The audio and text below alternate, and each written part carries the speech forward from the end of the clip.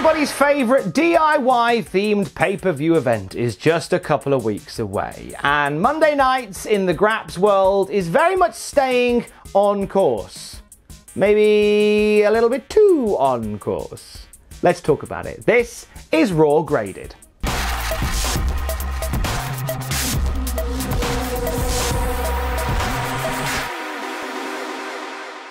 We start with a tribute to Pat Patterson with everybody on the ramp for a 10-bell salute. Throughout the night, we see tweets and tributes to Pat Patterson, and we get that wonderful Frank Sinatra music video that they played on Sunday as well. So lots of love for Pat Patterson throughout Monday Night Raw tonight. Randall Keith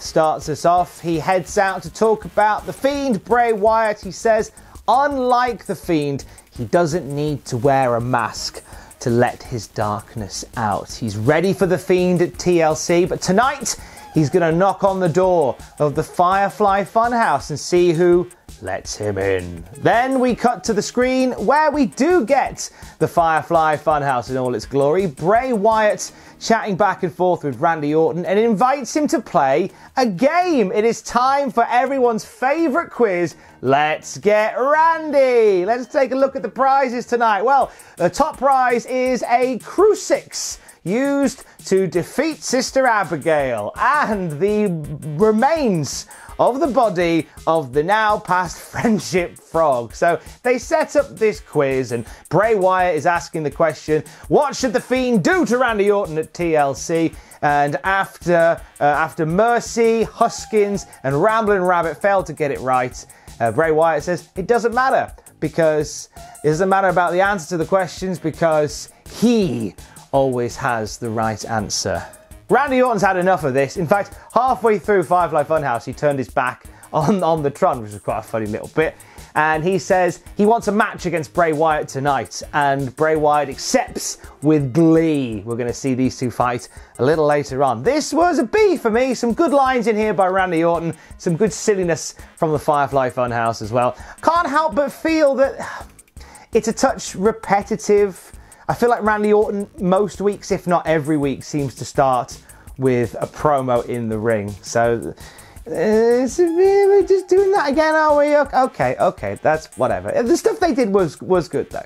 Asuka takes on Shayna Baszler now. We've got Nia Jax trying to G up Shayna Baszler before the match starts. And Asuka is accompanied by Lana, and they're in matching ring attire. It's adorable. Some graps, some submissions to get started before Nia Jax gets bored of just wandering around ringside and goes to wipe out Lana. Looks like she's going to batter her at this point, but Lana manages to fight back, throws her into the steel steps, and even manages to leap onto Nia Jax.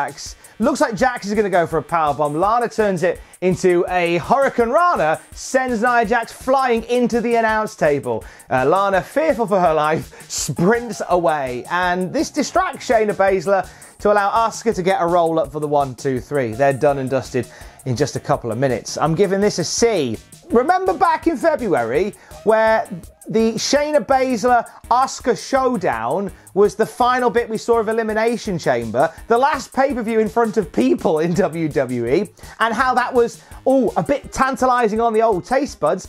This was a throwaway affair. Like, I was really, back only a few months ago, the idea of Baszler and Asuka going at it was really exciting. This was very watered down, and the fact that that was a backdrop to Lana and Nia Jax table dances, that's a shame, innit? Riddle is looking for the Hurt Business. He asks Ricochet and Dana Brooke whether they've seen them because he wants to pitch bro nuts to them. It's donuts, Riddle style. Probably got some of the old Mary Jane in. That's the little joke, I think. It's like a PG RVD. Okay. Ricochet and Dana say, we don't know, but go away because we're prepping for our match. Then they get interviewed about their match, and Dana Brooke says that there's a receipt coming for Reckoning following her black eye. And we go straight to that match pretty much. It is Reckoning teaming up with Slapjack from Retribution to take on Ricochet and Dana Brooke. Brawling from Brooke and Reckoning to get started. Some good high-flying, fast-paced action briefly by Ricochet and Slapjack. We see Reckoning tag herself in after a short while, only to get distracted by Ali, which therefore leads her prone to the fireman's carry driver from Dana Brooke for the 1, 2, 3. And within a couple of minutes, Ricochet and Dana Brooke have pinned Reckoning and beaten Retribution. Mustafa Ali chews out Reckoning and SLAPJACK following the match. Ugh, this was a C-. There was nothing to this. Like some good aerial stuff from Ricochet, but that's it. He did a really nice dive outside the ring, but there was nothing to this match. And it's another loss for Retribution. This job squad of a stable. What's the point? What is the point? I don't know anymore. This could have been good, and it was... That's a professional term, that is, and a medical term. We get the Miz TV now. Miz and Morrison welcome their guest, the #1 contender for the WWE title, AJ Styles. And AJ says that all the heart and the passion for Drew will not stop him getting hit by chairs, put through a table, and then AJ climbing the ladder to become the champion. They start talking about their match later on tonight. It's a handicap match later against Sheamus and Drew McIntyre. Miz and Morrison start doing an impression of Drew and Sheamus, and hinting once again through cringy faux accents that Sheamus is going to turn on Drew McIntyre. This brings out Sheamus, who once again is like, I'm not going to turn on him, but you know what? Your accents reminded me of home, and if we were back in a pub in Dublin, you'd be thrown out into the street. They look like they're going to size up and beat up Sheamus 3-on-1. Drew joins Sheamus, saying to AJ Styles that he doesn't make threats, he makes promises, and then refers to AJ Styles and Omos as Jackass and the Beanstalk, which I think is the funniest line in this entire promo, to be honest. This leads to AJ and Omos getting out of there and leaving Miz and Morrison to take a shoeing from Drew McIntyre and Sheamus. Very much the flavour of late 2020 is Miz and Morrison getting beaten up by Drew McIntyre and or Sheamus. After which Miz and Morrison scamper off, but they leave the Money in the Bank briefcase in there, and Drew just hoists it up the top of the ramp. Just wellies it. It was a nice little bit. The whole segment for me was a B. Some good dialogue in there. Jackass and the Beanstalk is a favourite line of mine. Miz and Morrison stuff, everything they do to me feels really cringe. I know, right? That's coming from me. I know. I get the irony. But for me, I think it's the point. Is that the point, right? That it's meant to be cringe? I feel like I'm so unsure with WWE, because part of me feels like it's written to be cringe, but part of me feels like it's WWE writers writing their absolute hardest to try and do something witty but comes out cringe. I can't tell. Either way, I take or leave it, but it was a good segment. Kofi Kingston takes on Shelton Benjamin next. Top marks on commentary for recognising this as a rivalry from ECW. The WWE ECW, you know, that one that we sometimes talk about. The one where Ezekiel Jackson was the champion and Big Daddy V had literally just braces on for a while. That ECW, God rest his soul, Nelson Fraser. But nice callback. This was indeed one of the first feuds that Kofi Kingston had in WWE.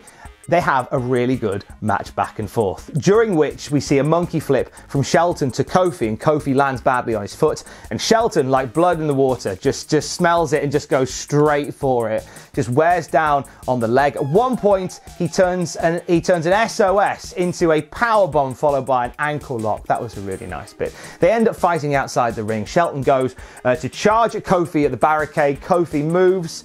Kofi gets back in the ring. Shelton gets back in at 9, only to eat a Trouble in Paradise for the 1, 2, 3. As the New Day leave, MVP is on the mic and he says, hey, you're not going to take a victory like that, are you? Come back and fight Cedric Alexander. To which Kofi, the pride getting the better of him, he gets back in the ring. And then after the break, we have another match. It's Kofi versus Cedric Alexander. Another great competition between these two, with Cedric going for that injury on Kofi Kingston. Competitive match ends with Kofi coming off the top rope, looking for something, but Cedric moving out of the way, Kofi landing on his feet, but jarring that ankle. And this leads in the moment which Kofi has whilst he's recovering from his injury. He hits the lumbar check and gets the 1, 2, 3. Cedric Alexander pinning Kofi Kingston at the end of the match. This was another great little match. I'm going to grade both of these two. It's a B+ on these. Kofi works hard against Shelton and works hard against Cedric. And you know what? I'm enjoying the stuff that these guys are doing together as well. I like this new wrinkle to the New Day. The whole, that element of pride that they seem, it's MVP seems to have this key to the New Day. He kind of taps into their sense of pride. And pride comes before a fall, as we all know. And so that's what they're leading to, and I like it. So yeah, it was two really, really fun short matches. Drew McIntyre and Sheamus teaming up now to face AJ Styles, The Miz, and John Morrison. At the start of the match, literally seconds into it, Drew McIntyre just gives Morrison this forearm that I'm surprised didn't knock his teeth out. It is, of course, everyone's favourite Monday night pastime at the moment. It's Drew McIntyre and Sheamus throwing around The Miz and John Morrison. That is until they end up outside the ring. And there's a brief moment where we see Sheamus going to hit The Miz. Miz moves, and he comes close to hitting Drew. And there's a bit of like, oh, bit of tension. Here comes Morrison diving off the top. They both grab Morrison and throw him over the announce table, and they high five. They're friends after all. Drew ends up getting beaten down by Miz and Morrison. AJ Styles tags himself in when Drew is defenseless. AJ playing the chicken SH1T. Just getting some shots in on Drew when he least expects it. I've enjoyed AJ's subtleties in this one. Drew, however, is not down for long. He manages to beat Miz out of the corner, tags in Sheamus, and Sheamus runs wild, but he ends up getting cut off with a thumb to the eye from The Miz, and this allows Sheamus to get beaten up as well. AJ turns a hot tag attempt from Sheamus into a calf crusher. Drew manages to break that up just in time, and there's a bit of back chatter between those two. Sheamus manages to take this moment to shake off AJ Styles and hit a white noise, get the tag to Drew, and then it's Drew's turn to clean house. Everybody's hitting and or going for finishes at this particular point. End of the match comes with Sheamus sizing up John Morrison for a brogue kick. In the heat of the moment, he goes for it. Morrison moves, and Drew McIntyre eats a brogue kick from Sheamus. Moments later, here's AJ Styles with that phenomenal forearm out of nowhere. 1, 2, 3, pinning Sheamus. And there's some angry looks between Sheamus and Drew. It's happened. Oh no. Are they gonna fight? Are they gonna fight? We'll find out in a little bit. But the match itself was B+. Lots of high action through all of this. Subtleties from AJ, kind of only getting in there when Drew is down and out or defenseless. And the sort of the teasing of the stuff with Drew and Sheamus, I've really enjoyed. The landing of the brogue kick this week is another page in that chapter, and there's more to come. Lana finds out she's facing Nia Jax next week, and she's pretty terrified by the idea. Asuka manages to cheer up and bring her around with it, and Lana then suddenly seems okay until she turns around and sees Nia Jax staring a hole through her, like she's asked if she wants to vaccinate. Terrifying look by Nia Jax. These two having a match next week. Personally, I think this should have been the TLC match. I feel like that's where we were meant to be going. I know we're getting the women's tag title match instead, and that's a thing, I guess. But surely the payoff would have been, and maybe it still will be, Lana putting Nia Jax through a table. That seems to be the way that we have to go here. Drew and Sheamus confront each other backstage, and you think they're going to be friends, but when they come back from break, it's obvious that they're not friends. You can tell by the way they're hitting each other, battering each other around catering. Pat Buck steps in to try and split them up, to which they both decide to beat up Pat Buck instead, end up putting him through the catering table, and to which Drew says, "Pint?" And then Sheamus says, "Pints, and you're buying, you cheapskate." And that's it, and they're friends. They just blew off a little steam. I really liked this. I think the fact that it kind of subverted what we expect from wrestling and gave us something that like mates would probably do. Have a big old scrap, get it out of their system, then go, All right, let's have a pint. Like, I enjoyed that. It's not your typical wrestling swerve. Bobby Lashley and Jeff Hardy for the first time ever taking place. Before the match, Riddle tries to pitch Jeff Hardy the Hardy Bros tag team. They can even use Broetry in motion as their finisher. Jeff says, and I'm gonna wrestle now. So I think Jeff's just putting a pin in it, to be honest with you.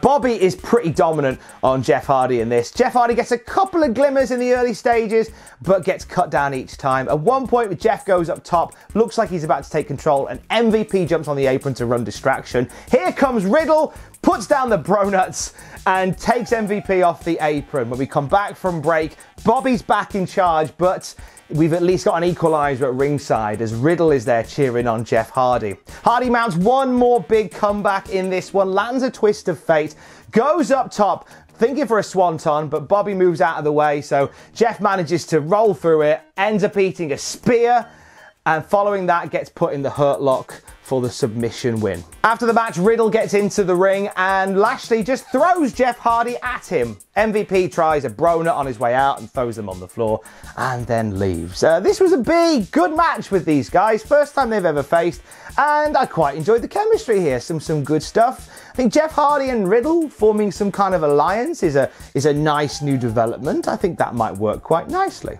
So we come to main event o'clock, and just beforehand, Ramblin' Rabbit wishes Randy Orton the best of luck in his match tonight, and it's Randy versus Bray Wyatt.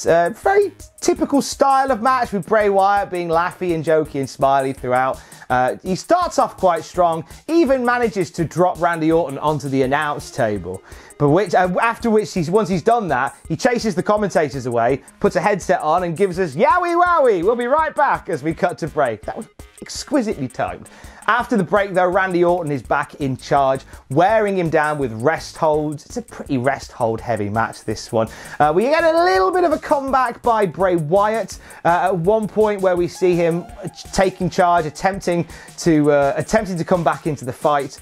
Goes for a Sister Abigail. Orton turns it into a neck breaker. We see another backdrop on the announce table outside the ring, and it looks like Orton's going to get this in the bag. He is sizing him up for the RKO, and the lights start flickering. And as the lights are going out, Orton, very aware of the mind games, carries on the move anyway, hits an RKO, I would say out of nowhere, but we all saw it coming. But then he's hit the RKO just as everything goes black. When the red light comes back up, we see that Bray Wyatt is not being pinned by Randy Orton, it's the Fiend. And Randy Orton finds that out at the same time as us. And the Fiend sits up, puts the mandible claw on Randy Orton, screaming in his face, getting right in the face of the camera as well, as the show ends with Orton being clawed by the Fiend. Match was a B- for me. I think the Orton and Bray Wyatt match was pretty slow and plodding. But the finish was very creative. I liked the sudden turn up of the Fiend. This is some of the fun you can have when you pre-tape bits. I'm assuming this was a pre-tape bit. There's no way anybody gets changed that quickly. But even if it wasn't, it still looked really cool. Really like that as a finish. And overall this week, Raw is a B-. Whilst there were some good bits in there, some good action in there, we run the risk of it feeling a little bit samey, you know? Like a lot of stuff that I was complaining about a few weeks ago, like they started changing that, but now it feels like it's a very similar product every single week. Whether this seems to be like a holding pattern to get us to TLC, and then in the new year we can refresh things once again, that might very well be the case, you know? But some of the stuff they did was good. There's some enjoyable things in there. See you next week for more of it. In fact, let me know in the comments whether you agree with that.